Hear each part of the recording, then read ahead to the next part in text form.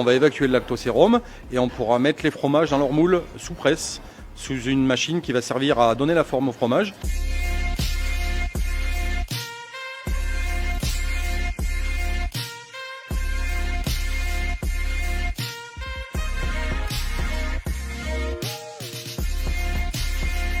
Oui, alors effectivement, ça commence par la traite des vaches. Donc la traite, on a un protocole, nous, à la ferme, qui nous est propre, avec une lavette individuelle pour chaque vache.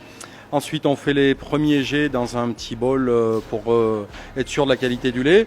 Ensuite, on fait un pré-trempage à la mousse, un essuyage papier avec un papier alimentaire.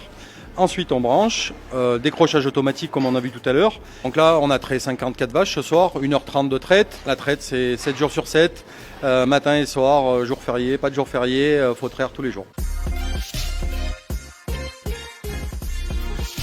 Dès que la traite est finie, on va rajouter de la présure dans le lait pour le faire coaguler.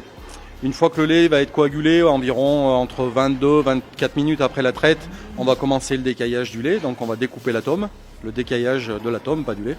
On va découper et puis ensuite on va évacuer le lactosérum et on pourra mettre les fromages dans leur moule sous presse, sous une machine qui va servir à donner la forme au fromage. Et puis une fois qu'ils seront tous moulés, on va les mettre sur un pressoir pour que le lactosérum s'égoutte. Et demain matin, on reprend le même rythme. Donc les fromages fabriqués ce soir sont démoulés pendant la traite de demain matin. Une fois que les fromages sont démoulés, ils vont dans une chambre froide de ressuyage pour sécher avant de rentrer en cave d'affinage. Donc là, ils vont rester entre 3 et 5 jours en chambre froide de ressuyage.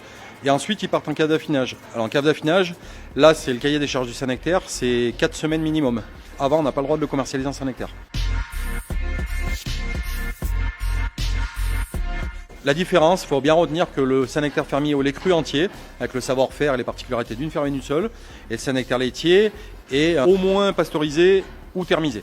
Un fromage souvent plus standard, quoi. Effectivement, ça fait partie des incontournables. En Auvergne ou ailleurs, on s'aperçoit qu'au même titre que le comté, par exemple, le Saint-Nectaire est reconnu partout et il a fait ses preuves en dehors de l'Auvergne.